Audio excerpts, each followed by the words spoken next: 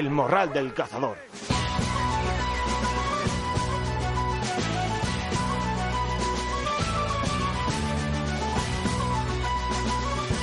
Muy buenas a todos y a todas, seáis bienvenidos una semana más al Morral del Cazador, vuestro programa de caza, naturaleza y conservación. Y digo vuestro porque es gracias a vosotros que el proyecto sigue adelante con vuestros ánimos y vuestros buenos consejos siempre. Soy Javier Pérez y estamos ya en el programa número 22. Un programa muy corcero el que tenemos por delante, ya que quien más o quien menos anda detrás de las creencias de estos buscando rascaderos y zonas de tránsito. Bueno, pues en primer lugar estará con nosotros Carlos Díez del portal cienciaycaza.org, que nos hablará en qué consiste y cómo se puede acceder al curso que dan desde su plataforma sobre la gestión, conservación y caza del corzo. Y posteriormente nos pondremos en contacto con un muy buen amigo de aquí, del Morral del Cazador y mío personalmente, don Luis Barcenilla, experto en armas y balística y un apasionado de los recechos, que nos va a intentar ayudar pues a la hora de escoger rifle, calibre y tipo de bala para recechar a estos ungulados. Y como siempre, pues tendremos el resumen de noticias y el pronóstico del tiempo. Pero antes quería hacer un breve resumen de la visita por Cinegética, de lo que ha sido Cinegética la semana pasada, que por parte del Morral del Cazador es muy satisfactoria.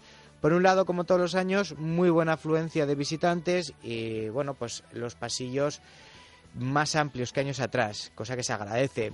Mucha presencia de caza internacional, que pues es lógico, ya que es la que lleva el peso de la feria, y muchos están con accesorios de óptica, telémetros, visores como Arcea y Vanguard o Nikon, y a nivel de armas, pues los de siempre, Vergara, Mercal o distribuidoras como Ardesa.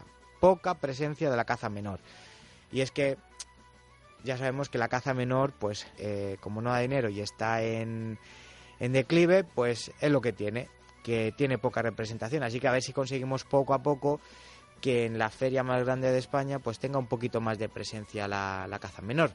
A nivel personal salí muy contento, ya que recibí un trato de 10 y mucho cariño por parte de los amigos del programa. Conocer personas con las que hasta el momento únicamente tenías trato telefónico, encontrarte con ellas y charlar como si te conocieras de siempre, pues no tiene precio. No quiero dejarme a nadie, pero si lo hago, que me perdonen, ya que fuimos muchos los que coincidimos y los que nos conocimos.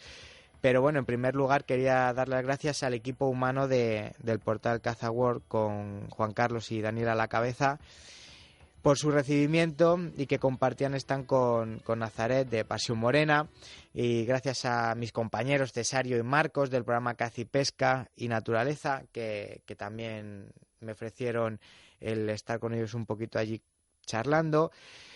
A don Antonio Mata del portal Caza y Safaris, estuvimos también con Juan Delibes y Agustín, protagonistas del canal Caza y Pesca, a nuestro amigo Salva Ramírez de Territorial Caza, a la Asociación del Perro de Sangre con sus preciosos babieras que se ofrecieron para participar en el programa, a Raúl Dive y su buena labor con la carne de caza, y gracias a José María Gallardo, presidente de la Federación Extremeña, y a Carlos Díaz del portal de Ciencia y Caza, que estará en un rato con nosotros. Y sobre todo, gracias a nuestro colaborador Manuel Martínez de la Mesa Galega por la Caza, que por fin coincidimos y como siempre un placer escucharle, siempre aprendiendo. Gracias a todos por mostrar ese cariño hacia un medio como este, humilde, pero que poco a poco va creciendo. Y bueno, pues ahora en estos momentos es los que se demuestra de verdad de quién tienes apoyo y de quién no. Entonces, cuando uno ya está arriba, lo fácil es apuntarse al carro, lo difícil es apuntarse ahora. Es verdad que no nos conoce mucha gente, poco a poco nos va conociendo gente, pero lo fácil es después, lo difícil ahora. Así que por eso, gracias a todos. Poco a poco vamos creciendo y con vuestro apoyo más. Muchas gracias. Vamos con las noticias.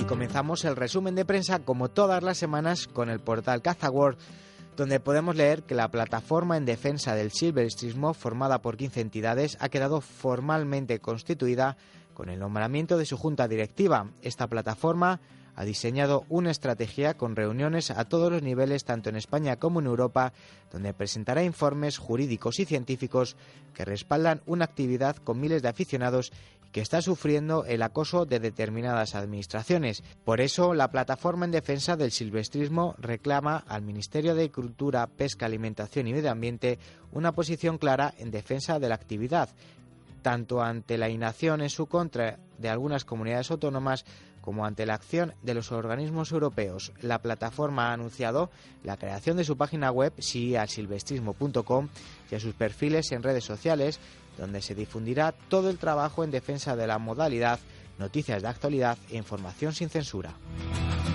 En la Comunidad Valenciana, los agricultores solicitan que se cace más ante los daños ocasionados por los animales salvajes en cultivos, árboles y riegos por goteo.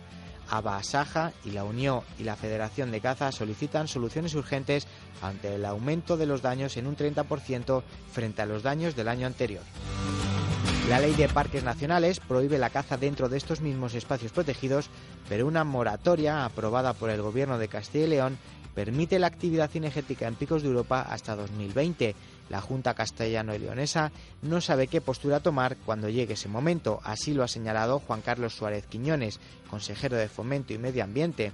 El consejero afirma que la conservación del medio ambiente ha de compaginarse con el aprovechamiento de los recursos, como puede ser la actividad cinegética por parte de los habitantes.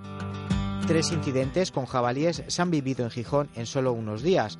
Un incidente sin heridos en la carretera de la Providencia, al que se desplazaron varias patrullas de la policía local.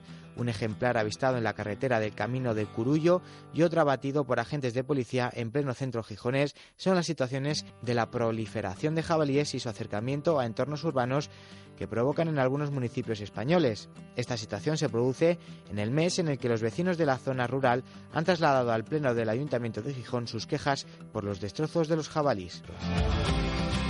La patrulla de seguimiento de fauna de la Junta de Castilla y León ha batido el lunes pasado una hembra de lobo en el término salmantino de Forfodela, adoptando así una de las medidas de control establecidas en el Plan de Conservación y Gestión de la especie. Esta decisión se tomó tras los ataques al ganado que se habían producido en la zona. Se trata de una medida excepcional porque la zona de actuación está al sur del Duero, donde la caza del lobo está prohibida. Pasamos a noticias del portal Cazawonke, donde podemos leer que finalmente no habrá excepciones a la prohibición de amputar la cola a los perros por motivos estéticos. El Congreso ha aprobado con los votos a favor de Unidos Podemos, PSOE y Esquerra Republicana la prohibición de la amputación de la cola de los perros, rechazando así la reserva presentada por el PP y apoyada por el PNV, en la que pedían la excepción de esta práctica a cachorros de razas relacionados con la caza. En el artículo 10, en este texto, se prohíben las operaciones quirúrgicas a mascotas cuyo objetivo sea modificar la apariencia de un animal, entre comillas estéticas, y en particular al corte de la cola, corte de orejas, sección de cuerdas vocales y la extirpación de uñas y dientes. Sin embargo, el PP quería dejar esta puerta abierta para cachorros de razas relacionados con la caza y sus cruces. Lo intentó a través de una reserva en la fase de ponencia de la tramitación, pero fue rechazada. La ONC critica que se haya aprobado una norma que impide las intervenciones en las orejas y rabo de las mascotas cuando no se han generado ningún debate sobre la castración o esterilización de las mismas.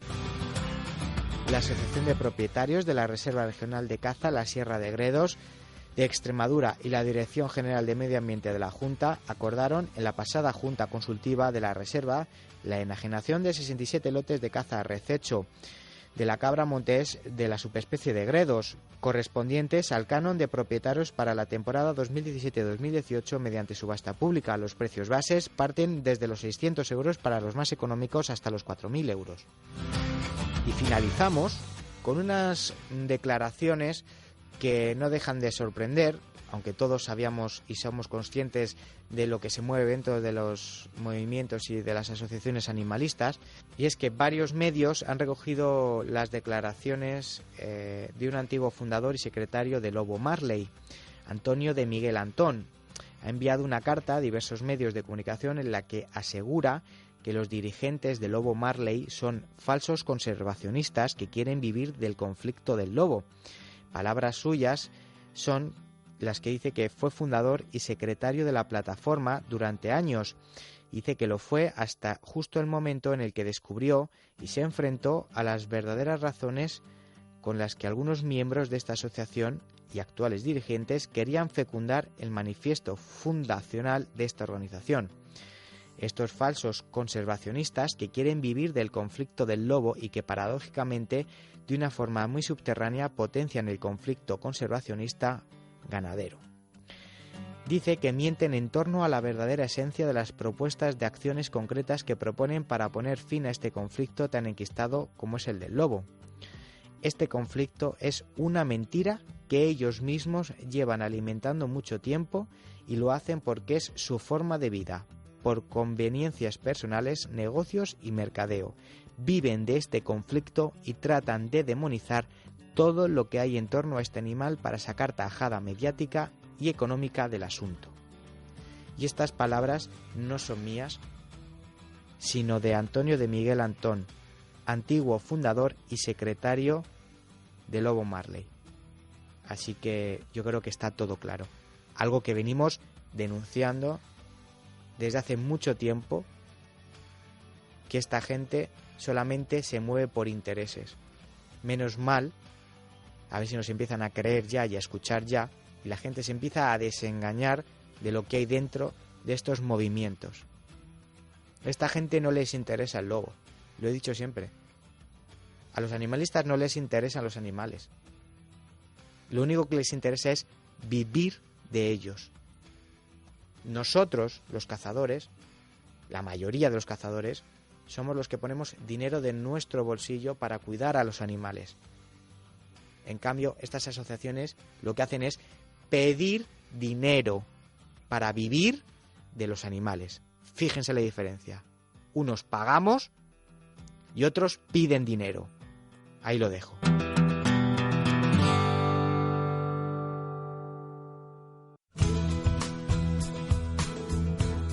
El tiempo.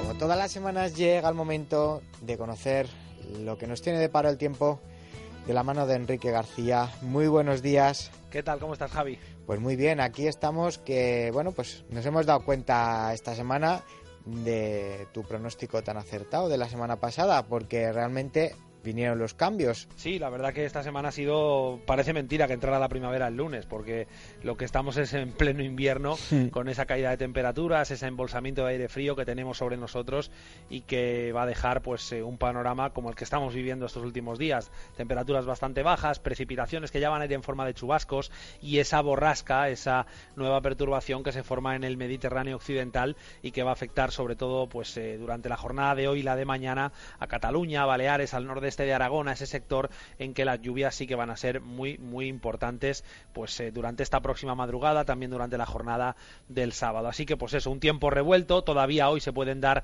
chubascos acompañados de granizo pequeño, la cota de nieve empieza a ser más alta que la de ayer, pero bueno, sigue entre 800 y 1100 metros, vamos a poner ahí la media en todas las zonas y por tanto pues todavía podemos volver a ver algunos copos tanto hoy como en la jornada de mañana. Mañana sábado, además de estas zonas, se van a sumar Navarra y el País Vasco. Allí también podrá haber precipitaciones muy intensas. Esta perturbación va a actuar rápidamente sobre esa zona y ya para el domingo pues tendríamos un panorama que tiende a la estabilidad en todo el Mediterráneo con cielos soleados, pero aún en la parte atlántica, en la vertiente atlántica, todo el oeste peninsular, zonas de Galicia, Asturias, Castilla y León, Extremadura, la Comunidad de Madrid, parte de Castilla-La Mancha, el oeste de Andalucía, pues sí podríamos tener algunas precipitaciones. Van a ser bastante débiles, pero en algún punto sí que podrían alcanzar intensidad fuerte porque van a caer en forma de chubascos y en zonas de montaña, sobre todo el oeste del sistema central, por ejemplo, o la comarca de Sanabria en Zamora, pues allí podríamos tener algún chubasco ya más importante que dejará cantidades muy significativas. ¿Para la próxima semana algún adelanto? Bueno, pues el lunes empezará más o menos así. En Galicia, en Castilla y León, zonas del sistema central, en Extremadura, sí que vamos a tener aún algunas precipitaciones. Tenderán a ir disminuyendo ya durante ese mismo día del lunes. Empezaremos a lo mejor con una probabilidad más alta por la mañana, pero ya por la tarde pues irá disminuyendo rápidamente y el sol predominará en toda el área mediterránea. En el resto del país, pues zonas del tercio oriental, parte del norte, el este de Andalucía, tendremos más bien intervalos de nubes, pero es poco probable que dejen precipitaciones. Muy bien. Pues nada, Enrique, que pases un buen fin de semana y hablamos en 7 días. Que vaya muy bien. Un abrazo. Un abrazo.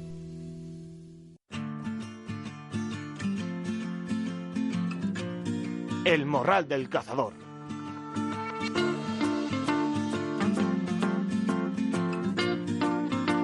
Y vamos ya con la entrevista de la semana y para ello ya tenemos a Carlos Díez del portal Ciencia y Caza que nos va a hablar del curso sobre biología, gestión y caza del corzo del que comentamos la semana pasada en las noticias. Muy buenas y gracias por estar con nosotros en una ocasión más, Carlos. Hola, buenos días. Muchas gracias a vosotros por acordaros de Ciencia y Caza. ¿Qué tal todo? Pues bien, aquí vamos recién llegados de Cinegética y bueno, con las pilas cargadas después de saludar a muchos amigos y con ganas de, bueno, pues seguir trabajando un poco por la caza y por la conservación. Bueno, realmente yo digo lo mismo, una grata experiencia el habernos conocido personalmente. Efectivamente, la verdad es que la feria es una oportunidad para precisamente eso, poner cara a mucha gente con la que tienes contacto virtual, pero bueno, también es importante darse un saludillo y tomarse un café para ponerse cara y bueno, pues ganar un poco en confianza también. Claro, tú puedes estar hablando con una persona por teléfono o por correo o con las redes sociales continuamente y claro, no le pones cara, pero ya una vez que ya te conoces en persona ya es diferente, el trato ya es diferente. Desde luego, sí. Bueno, ¿qué mejor este curso que impartís desde Ciencia y Caza para las fechas en las que estamos, en vísperas de la apertura del Rececho del Corzo, ¿no? Pues sí, la verdad es que, bueno, es la 4ª edición ya y bueno, procuramos convocarlo en esta época porque, bueno, pues es quizás la época estrella en cuanto a la caza del corzo que comienza ahora en breve y bueno, pues intentamos que la gente esté preparada para conseguir pues los mejores objetivos, desde luego. Bueno, cuéntanos un poco, yo creo que en primer lugar temario y luego ya si quieres pasamos a explicar un poco cómo lo impartís y para que la gente se pueda enterar que cómo puede hacer el curso, matricularse, etcétera. Pues bueno, en realidad el curso es un curso que abarca, como comentabas antes en el título, pues un poco todos los aspectos relacionados con el corzo, desde la biología, la gestión y luego la caza, ¿no? Nosotros pensamos que los 3 aspectos tienen que ir de la mano, porque desde luego que si no conoces la biología de una especie y no haces una gestión adecuada y relacionada con esa biología, pues difícilmente vas a conseguir pues los resultados cinegéticos que necesitas, ¿no? o que pretendes. El curso está organizado en 10 temas, en tres bloques temáticos. Esos bloques pues son de acceso secuencial y el alumno pues a medida que va avanzando pues va descubriendo cada uno de los aspectos. Primero pues un poco aspectos básicos, reconocimiento de sexo, de edad, un poco el hábitat, la alimentación del corzo, luego también hay un tema muy interesante sobre gestión sanitaria, las enfermedades y problemas sanitarios que afectan a la especie. Luego pasamos ya a aspectos relacionados con la gestión, un poco la gestión del hábitat, la gestión de las poblaciones, el aprovechamiento de hembras, la caza selectiva, aunque a nosotros no nos gusta mucho decir lo de selectiva, ¿no? Digamos un poco es la gestión aplicada a la búsqueda de ese trofeo de calidad, claro. Exactamente. Y luego pues también tratamos por supuesto un tema relacionado con los trofeos, con las características de los trofeos, la descripción y por supuesto pues la homologación también. Pensamos que es otro punto importante para que el cazador de corzos pues pueda entender cómo se llega a valorar su trofeo. También eso puede ayudar en el campo a identificar un ejemplar que puede ser mejor el año que viene y a lo mejor pues merece la pena dejarlo un poquito más en el campo. Más. Claro, dentro, por ejemplo, del primer bloque tratáis temas como el reconocimiento de sexo, como has dicho, y edad, la necesidad del agua y el alimento, la distribución del hábitat, la organización social y el comportamiento, que pienso que son puntos muy importantes porque son muy territoriales los corzos, por ejemplo, y luego el ciclo biológico y la dinámica poblacional, que es un gran desconocido porque el ciclo biológico del corzo, para mí, es cuando yo me enteré de cómo funcionaba, creo que es algo digno de admirar de la naturaleza. Pues sí, la verdad es que es una especie pues sorprendente, ¿no? Hay especies que quizás cuando tú conoces la biología pues no te llaman tanto la atención y sin embargo pues el corzo es un animal muy sorprendente, ¿no? Es sorprendente en cuanto a la biología, sorprendente en cuanto al comportamiento. Ya sabes que, bueno, pues los cazadores le llamamos el duende del bosque, ¿no?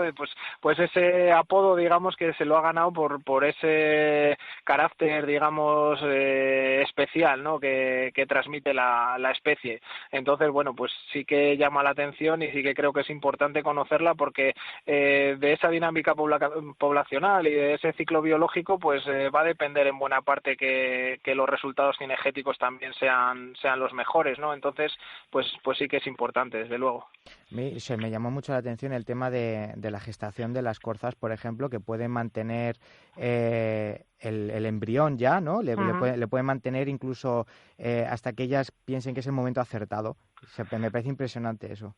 Sí, efectivamente, pues el celo, pues todos sabemos, ¿no? Que es en el verano y sin embargo, pues los partos se producen, pues en la primavera siguiente, cuando los recursos naturales, ¿no? Y el hábitat se encuentran en las mejores condiciones para que los corcinos puedan, pues llegar a término y desarrollarse de la mejor manera, ¿no? Entonces, para alcanzar esa longitud de gestación, digamos, pues tienen que habilitar una estrategia en la cual pues mantienen, como tú bien dices, ese embrión latente ahí, ¿no? Un poco en pausa hasta que pues llega el momento en el que se reactiva todo el proceso de la gestación y así pues se comienza a desarrollar el feto hasta el momento del parto. Es increíble. La naturaleza sí. es algo increíble, es increíble. La verdad es que sí, es sorprendente. Luego en el bloque 2 pues habláis un poco más de enfermedades del corzo, cosa que pienso que es muy interesante porque en verdad es un animal al que está sometido a una cantidad de enfermedades que está amenazado de bastantes enfermedades, ¿eh? Bueno, en realidad sí. Por suerte, tanto el corzo como otras especies, pues no suele tener problemas sanitarios graves. Sí que es verdad que como ungulado que es, pues puede verse afectado por muchos procesos, pero evidentemente, pues muchos pasan desapercibidos, incluso pues simplemente es portador asintomático y no presenta ningún problema. Sí que es verdad que en los últimos años, pues hemos venido asistiendo a un declive de las poblaciones en muchas zonas corceras clásicas, digamos, donde el corzo pues siempre se ha cazado de forma tradicional y eran probablemente las mejores zonas de corzo, pues por el tema de la miasis nasal que afecta pues a esos ejemplares, ¿no? El proceso que se produce por la cefenemia stimulator y bueno, pues eso sí que es un asunto preocupante y que en realidad pues sí que está causando efectos negativos. Ahora pues también, por ejemplo, la Asociación del Corzo está llevando a cabo un trabajo relacionado con hipoderma, que es otro parásito que afecta al tejido subcutáneo y pues genera también problemas. Sí, una especie de larva ¿no? Sí, es una larva de una mosca que, bueno, pues en realidad en lugar de ubicarse a nivel de la cavidad nasal como ocurre con la cefenemia, pues genera se ubica entre la piel y la carne. Exactamente, en el tejido subcutáneo. Entonces, bueno, pues se desarrollan unas larvas que pueden llegar a generar un tamaño importante y eso pues lo que hace es que los corzos pues tengan un nivel de estrés elevado, que tengan molestias, picores, irritación y al final pues cualquier causa que genera estrés pues va en detrimento de otras cosas, ¿no? En detrimento del desarrollo de la cuerna, en detrimento de la condición corporal, de la reproducción y eso al final pues claro perjudica a las poblaciones. Claro. Luego, un punto muy importante, el índice de abundancia y métodos de censo. Es importantísimo hacer censos, no solamente, estamos hablando del corzo, pero vamos, no solamente en el corzo, pero en este caso, ya que estamos tratando el tema del corzo, es muy importante los censos, pues para tener lo que tú has dicho antes, una población sana de corzos y con trofeos de calidad. Sí, efectivamente nosotros pensamos y en todos nuestros cursos cuando hablamos de gestión de una especie pues contamos con que lo primero que tenemos que saber es cuántos ejemplares de esa especie tenemos y si el número de ejemplares que tenemos pues es el adecuado para nuestro coto, digamos, ¿no?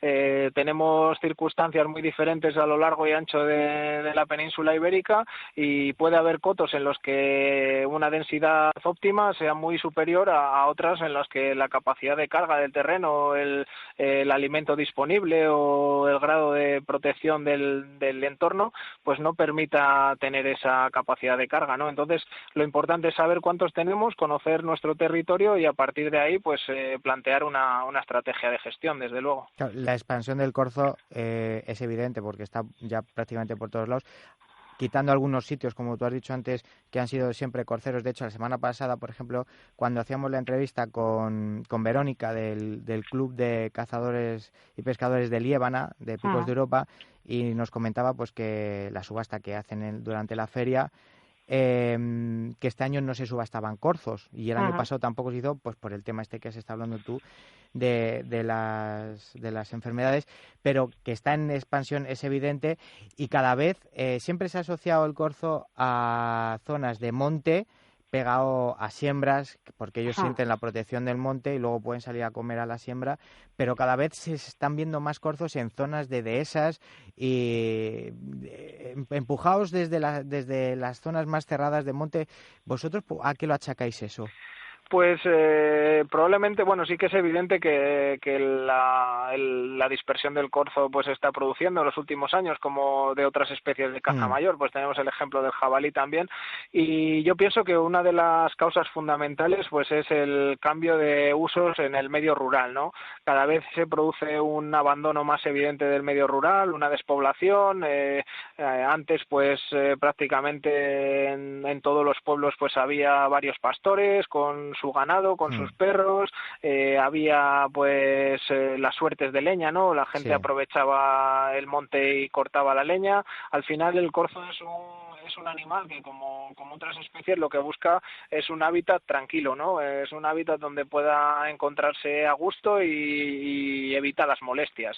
Entonces yo pienso que una de las causas principales de esta expansión es precisamente eso, ¿no? El abandono del medio rural y un poco pues el cambio de uso en los hábitats, ¿no? Y al final pues eso hace que la especie pues se vaya expandiendo. Claro, tampoco antiguamente a lo mejor en las dehesas pues al haber más ganado, como tú has dicho, pues no bajaban tanto, pero ahora en las dehesas ellos encuentran tranquilidad y comida, que es lo que necesitan. Exactamente, también, sí. Y sobre todo eso, la presencia humana cada vez es menor, que digamos es una molestia importante y generadora de un estrés importante, y al final pues eso hace que sea así. También el corzo es una especie que tampoco cuenta con un número de predadores excesivo. En las zonas en las que hay lobo pues sí que es un predador del corzo. También pues el zorro, sobre todo en el los zorro cocinas, pues con los claro, corcitos, ¿no? Supongo. Exactamente, sí, con ejemplares pequeños pues puede suponer una amenaza, pero bueno, pues en general tampoco es una especie que pueda contar, yo que sé, pues como el conejo, ¿no? Que prácticamente se lo puede comer cualquiera. Entonces, bueno, pues las especies de caza mayor están, yo creo, en aumento en los últimos años y eso va en detrimento también de las de caza menor. Muy bien, y bueno, y luego ya en el bloque 3, que son modalidades de caza y el aprovechamiento sostenible y los periodos hábiles, y luego el trofeo del corzo y su homologación. Temario interesante. Yo os invito a que por lo menos, si no estáis seguros, que se metan en la página web y que por lo menos puedan ver por ellos mismos en qué consiste el temario. Y explícanos un poquito, una persona que quiere empezar a hacer el curso, ¿cómo empieza? ¿Qué tiene que hacer? ¿Y cómo lo impartís luego?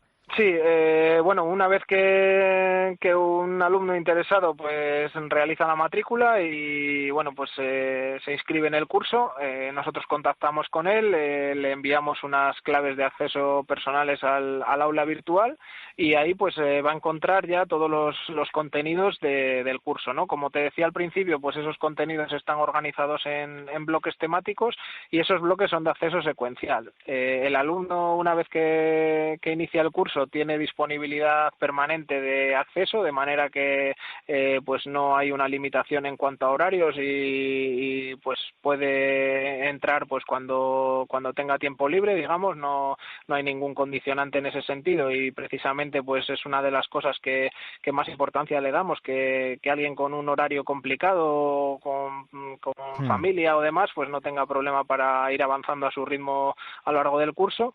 Y luego esos contenidos de los bloques son de acceso secuencial, de manera que cuando accede al curso por primera vez, pues solamente va a tener acceso a los contenidos del primer bloque.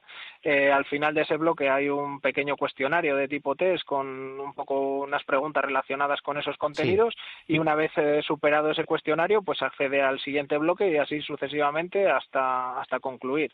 Los contenidos de cada bloque pues se organizan. Por un lado hay una serie de fichas técnicas en las cuales pues se recoge lo que es toda la teoría básica de cada tema. Exactamente, son fichas que están muy resumidas, que están muy esquematizadas para que pues sean de lectura fácil. Evitamos en todos los cursos pues el hacer temarios de 20-30 páginas porque pensamos que no tiene mucho sentido. Lo que buscamos es temas cortos de 3-4 páginas como mucho, para que sean de fácil lectura. En un ratito tranquilo pues lo puedas leer y lo puedas ir asimilando. Y luego sí que es verdad que esas fichas se complementan con material adicional. Hay pues esquemas, hay vídeos, hay publicaciones complementarias que ayudan pues un poco a profundizar en cada uno de los temas en función también del grado de interés que tenga el alumno, ¿no? A partir de ahí pues puede ir aprendiendo más o aprendiendo menos, ¿no? También un poco depende del tiempo disponible. Y lo que es muy importante es que cada alumno dispone también en su perfil del aula virtual pues de un buzón personal de mensajería que le permite contactar con los tutores del curso. Así pues a medida que van surgiendo dudas cuando lo está realizando, pues puede enviar un mensaje al tutor y este directamente a través de ese buzón pues le contesta y trata de resolver pues las dudas que vayan surgiendo. Claro, o sea que podemos acceder al curso en cualquier momento de las 24 horas del día. Sí, exactamente. Además, el acceso también hay que decir, porque nos ha pasado, ¿no? Hay gente que nos comenta, bueno, pues yo no me manejo muy bien con el tema del ordenador y demás. La verdad es que es un sistema muy sencillito, simplemente hay que introducir una clave y una contraseña y a partir de ahí pues ya es muy intuitivo. Ves directamente una pantalla con todos los contenidos y prácticamente pues con hacer un clic encuentras cada uno de los temas. No hay ninguna complicación en ese sentido tampoco. Bueno, pues yo creo que ha quedado todo bastante claro y lo que he dicho antes, que os animo a todos a que, bueno, pues que al menos que entréis en la página y le echéis un vistazo porque realmente es un curso como todos los que da Ciencia y Caza que no solamente va orientado hacia la caza, sino que está orientado también hacia la gestión, cosa que también es muy importante, ya que tenemos que aprender a gestionar y qué mejor forma que formándonos con este tipo de cursos. Así es, yo creo que un poco la caza debe, por lo menos desde un punto de vista de digamos de actualidad, ¿no? Y con los tiempos que corren en los que cada vez estamos siempre más en el punto de mira, digamos, y más criticados y demás, pues yo creo que la caza tiene que tener una base fundamental en la gestión, ¿no? Muchos ya lo hacemos desde hace mucho tiempo, pero bueno, pues sobre todo las nuevas generaciones y aquellos que de verdad pues piensan que la caza es una actividad que tiene futuro y que debe seguir perdurando en las futuras generaciones, pues debe pensar que es necesario hacer gestión, ¿no? Porque sin esa gestión, pues la verdad es que muchas especies lo van a pasar mal o no vamos a tener los resultados que esperamos, ¿no? Que también es algo importante, es un recurso económico y yo creo que hay que ponerlo en valor y para ponerlo en valor pues necesitamos gestionarlo adecuadamente, desde luego. Sí, ¿no? Y que para explotarlo, oye, que hay que tener una formación y un conocimiento de las cosas. O sea, no sé. Bueno, Carlos, pues dinos forma de ponernos en contacto, correo, página web, teléfono para la gente que quiera obtener información o apuntarse. Sí, directamente en la página web pues tenemos toda la información sobre el curso y la información de contacto. Ahí pues cualquiera que entre en cienciaycaza.org verá una sección de aula virtual, y el último curso que tenemos convocado pues es el del corzo. Hay un enlace y ahí pues puede ver todos los contenidos, todo el temario, un poco la organización del curso, y directamente puede matricularse, o bien también a través del correo electrónico de la web, info@cienciaycaza.org. Perfecto, Carlos. Pues nada, una vez más, un placer el haber charlado contigo y que nos hayas acercado el curso, y estamos en contacto. Muy bien, muchísimas gracias por contar con nosotros, y encantado. Un abrazo. Un abrazo, gracias.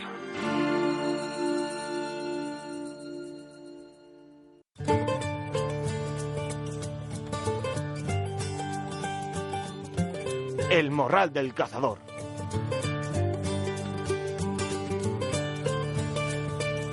Bueno, y continuamos con el programa y continuamos hablando de corzos y de su caza. Y para ello vamos a hablar un poco de rifles, de calibres corceros y de balística. Ya tenemos al otro lado del teléfono a un experto en la materia, gran cazador y sobre todo un gran amigo. Don Luis Barcenilla, bienvenido al morral del cazador y gracias por estar aquí con nosotros. Buenos días, Javier.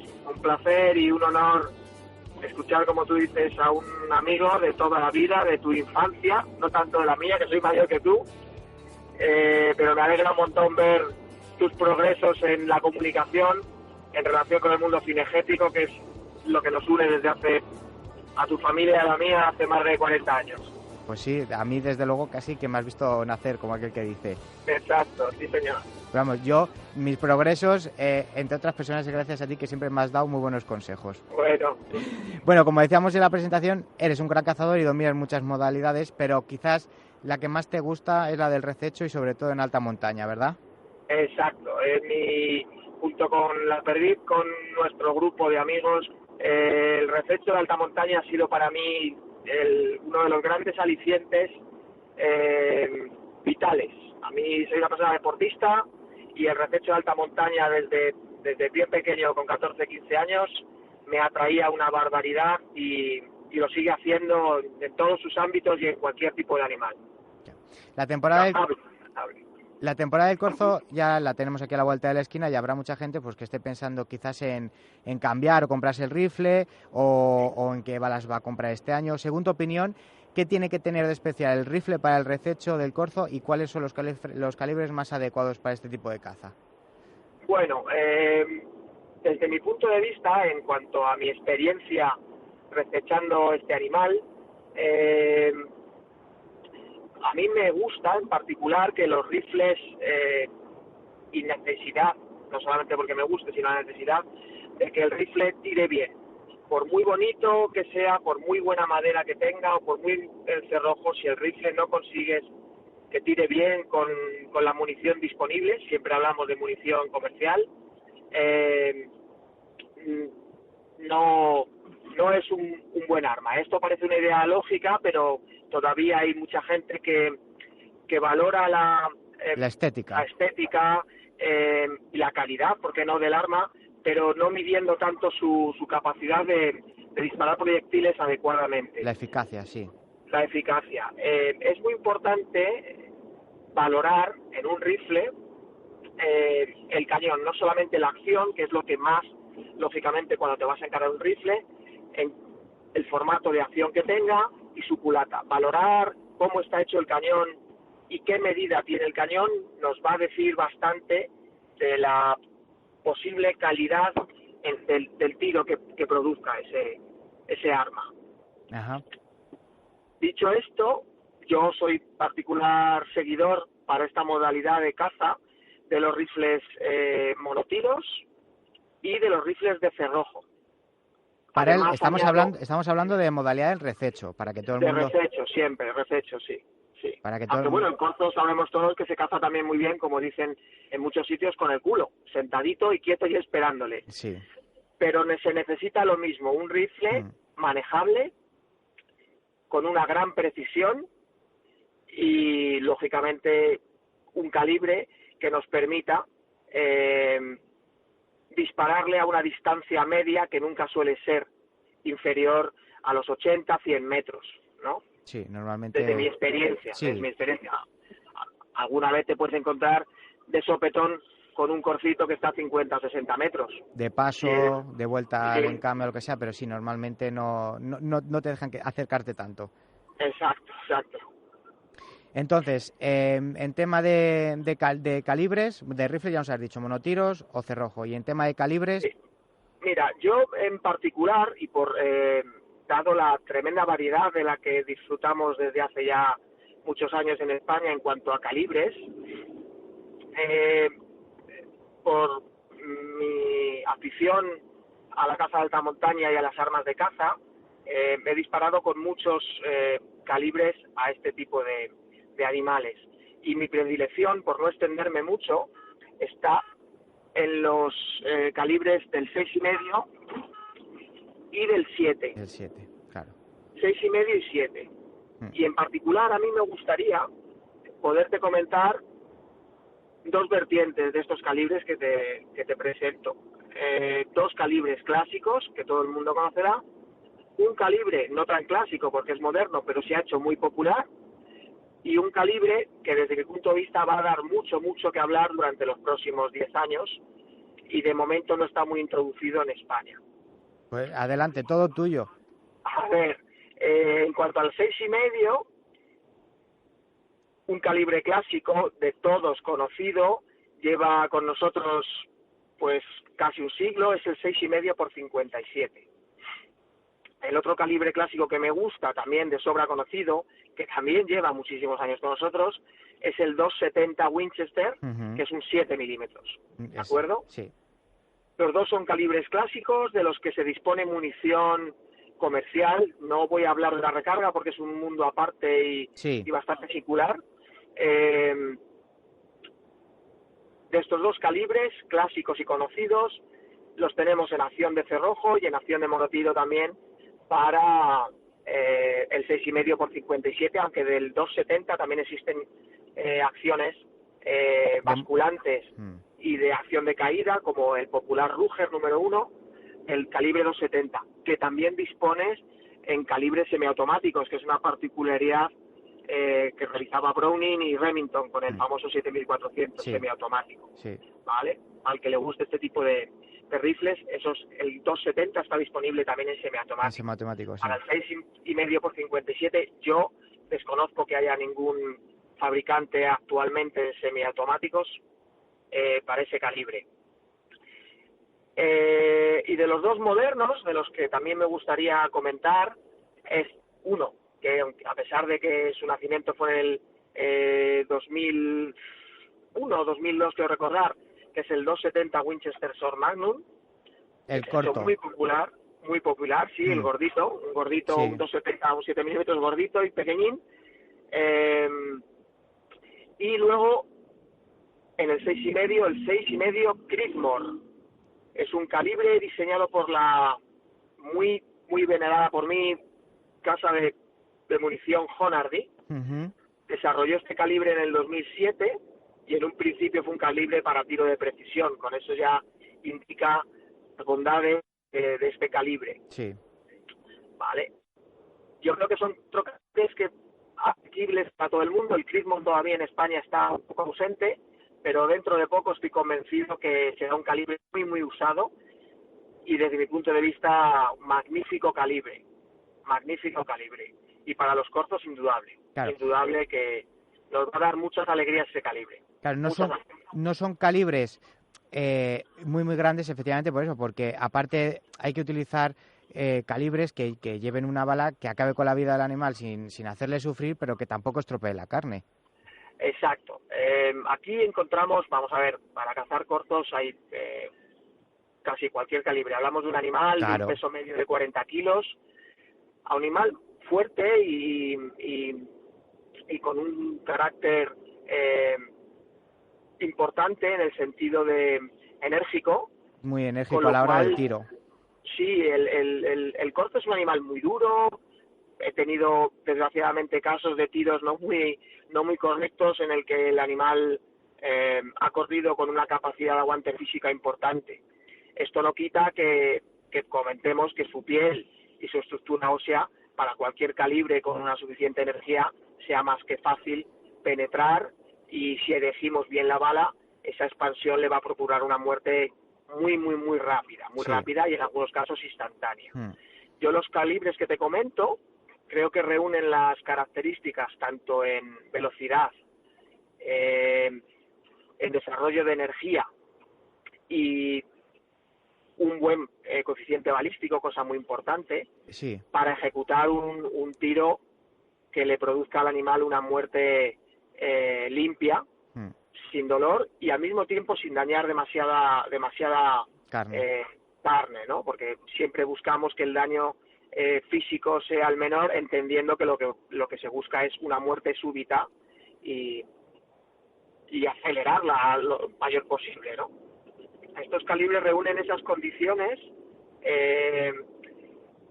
Te hablo de los dos clásicos. A mí me parece que el 6,5 por 57 es el más extendido, yo creo, ¿no? Bueno, es un calibre totalmente extendido en toda Europa, principalmente en Centro Europa y en España con muchísimo arraigo. Sí. Es un calibre del que disponemos munición, la hay desde 90 grains hasta 130, incluso en algunas casas han vendido munición más pesada, pero yo creo que para el corzo entre 90 y 130 grains en cualquiera de los 4 calibres que hemos hablado tenemos más que suficiente. Claro. Si le añadimos al 270 un poquito más de unos cuantos milímetros más, 5 milímetros más de diámetro de ojiva de bala, pues el desarrollo de esa energía va a ser mayor, su densidad va a producir un coeficiente balístico también un poquito más importante. Claro. La bala a escoger en función de los grains es importante, ya que hay que pensar en las posibles distancias, porque son, como tú has dicho, disparos que como mínimo son a 80-90 metros. Para mí, al igual que el calibre de los 4 calibres o de los muchos otros calibres en 6, 6,5 y 7 milímetros que ahí disponemos, la elección de la bala es clave, no solamente para cazar el corzo, pero para cazar cualquier animal. Y no solamente por el peso, sino por el tipo de bala. Como sabemos, hay muchas diferentes balas y no solamente por su peso. Popularmente en España la mayoría de la gente habla en grains, a pesar de que estamos en Europa y tenemos su traducción en gramos. En gramos, sí, en grains. Pero no solamente el peso, que nos va a dar una densidad y por lo tanto un coeficiente balístico diferente en cuanto a subamos o no más de peso y más de diámetro, pero de cómo esté hecho la bala.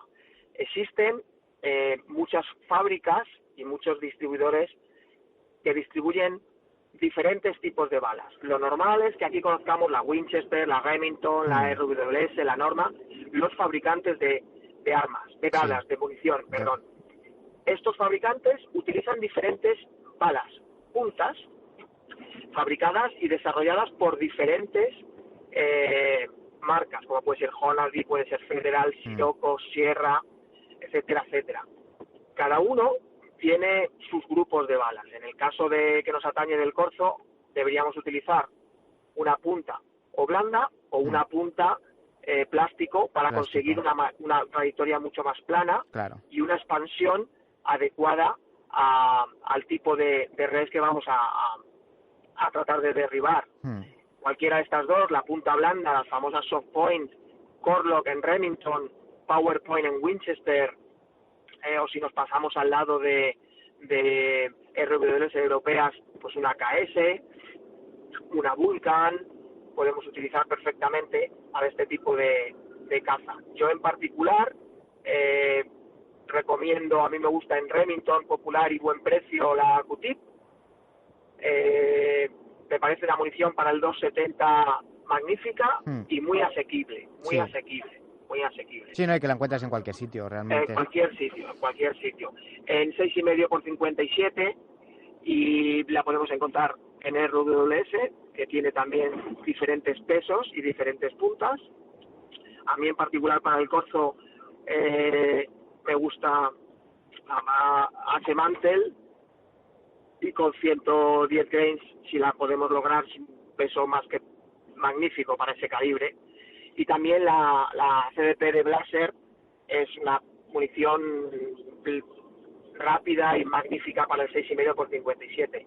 Con el 6,5 por 6,5 Creedmoor vamos a tener más problemas en encontrar la munición porque, como te he dicho al principio, no es un calibre muy extendido, pero que recomiendo a la gente que coja información y lea, porque se producen rifles de muy poco peso, con cañón corto de 24 pulgadas, unos 60 centímetros máximo, que consigues prácticamente un retroceso nulo, con lo cual te permite quedarte detrás del visor, cosa que me parece muy importante, quedar en el tiro detrás del visor, porque sabemos que hay muchas veces que creemos que le hemos dado y resulta que no, que sigue ahí, y repetir o estar preparados para repetir el tiro me parece clave.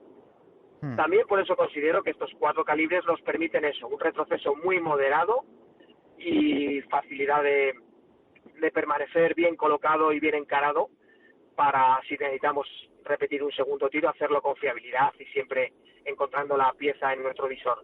Claro. Oye, Luis, una pregunta. A la hora de poner el rifle a punto, ¿cuál es la distancia óptima en la que hay que hacerlo? Porque tú puedes poner el tiro, o sea, tú puedes poner el rifle a tiro a lo mejor a 100 metros en un campo de tiro, pero luego en el campo, si efectúas el disparo a 250 metros, por ejemplo, quizás haya que corregir algo el tiro, ¿no? Por supuesto. Mira, aquí ahora ya, afortunadamente también, a pesar de que los precios de la óptica pues siguen, para muchos de nosotros siguen siendo elevados, se introdujo hace ya unos 10 años las famosas torretas balísticas. Yo sigo cazando con visores que no la tienen, y evidentemente aparece el parámetro de la corrección como de forma habitual a la hora de cazar. Yo creo que conseguir ir a practicar lo máximo posible, conocer el arma, cómo presionar el gatillo de tal manera que no produzcamos, un atenazón, un gatillazo que le llamamos popularmente, es fundamental, puesto que estamos disparando a un animal que su masa corporal es pequeña, suele estar tapado por hierbecitas o tratando de esconder, hay veces que no le vemos el cuerpo entero. Practicar es fundamental para cualquier persona que quiera utilizar un arma. Yo creo una cosa muy importante y necesaria, que todo el mundo debiera ir a practicar constantemente, puesto que manejamos un arma.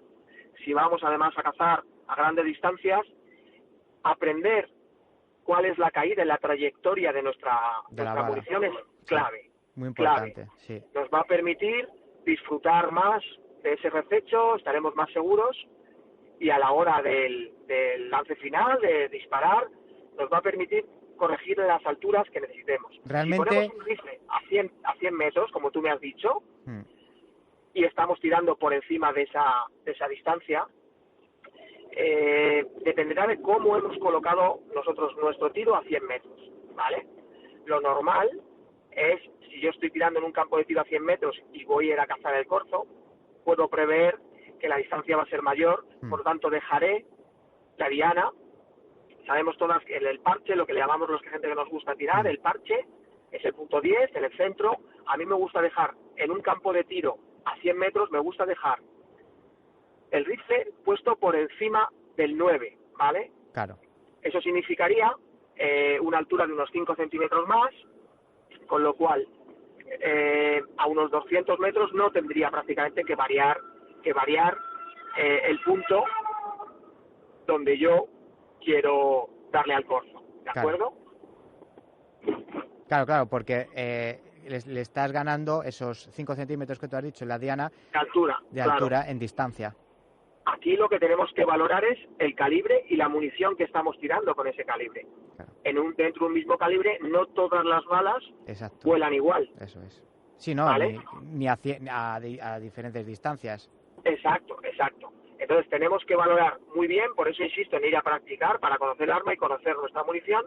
Debemos ir sin falta al campo de tiro y decidir coger un par de diferentes municiones que creamos interesantes para este tipo de reflecho, disparar con las dos, ver la diferencia. A cuál de ellas dos a nuestro rifle le gusta más, todos los rifles acaban tirando mejor con un tipo de punta o de munición que con otras, decidirla y practicar.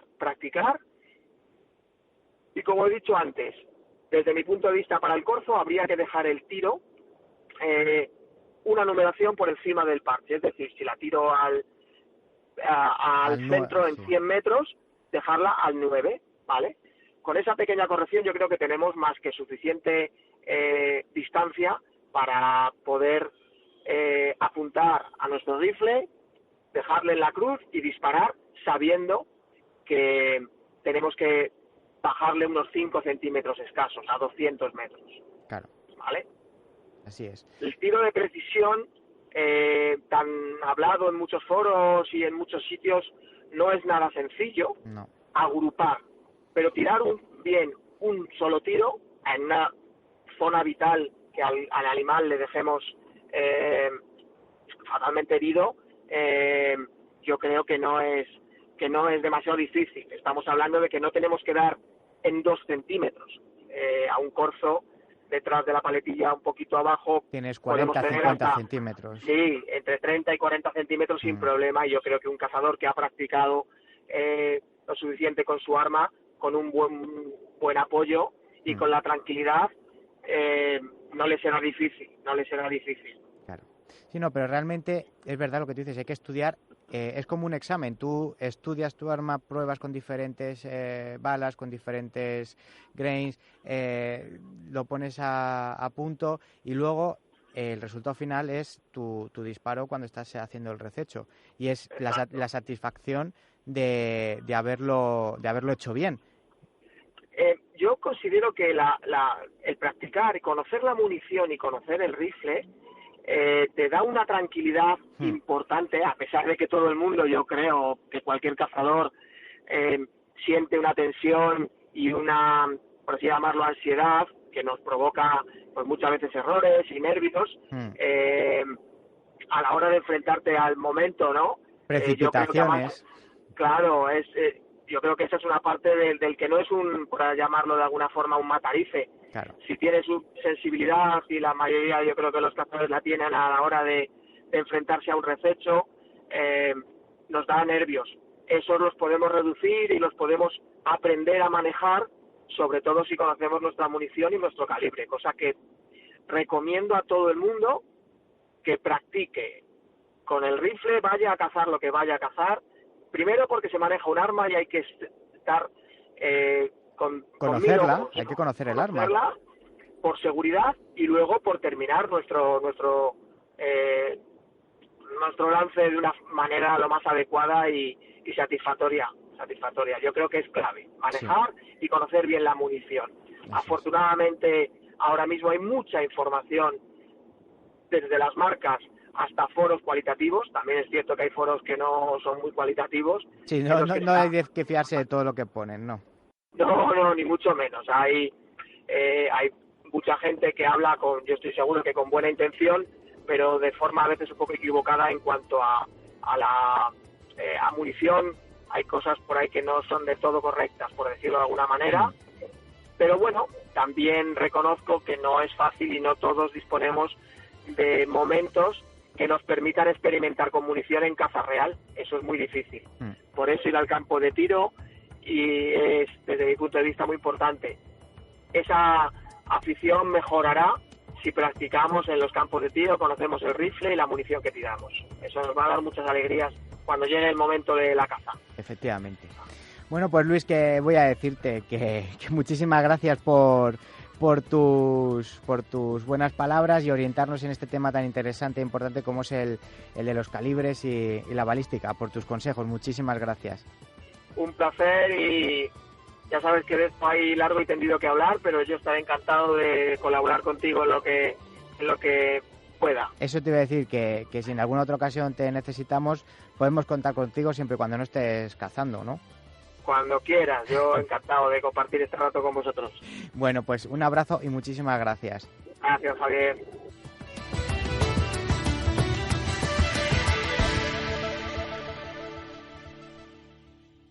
Pues hasta aquí hemos llegado, compañeros. Espero que se os haya hecho corto. Yo, como siempre, aprendiendo y disfrutando de las entrevistas. Y bueno, pues como hemos estado hablando con Carlos, que siempre es bueno un poquito de formación. Y bueno, pues no viene nunca mal pues formarse un poquito en el tema cinegético y aprender cada vez más de nuestros animales, pues para intentar conservarlos lo mejor posible. Y bueno, luego qué decir de Luis, pues que es un auténtico monstruo de las armas, que entiende y las adora, como bien habéis oído, y siempre nos da esos buenos consejos. Si tenéis alguna duda de lo que hemos hablado o queréis comentarme algo de lo que hablé en el programa, solamente tenéis que poneros en contacto a través vía Facebook, en el grupo El Morral del Cazador, o en Twitter, en el perfil @elmorralcazador, y por correo en la dirección elmorraldelcazador@gmail.com.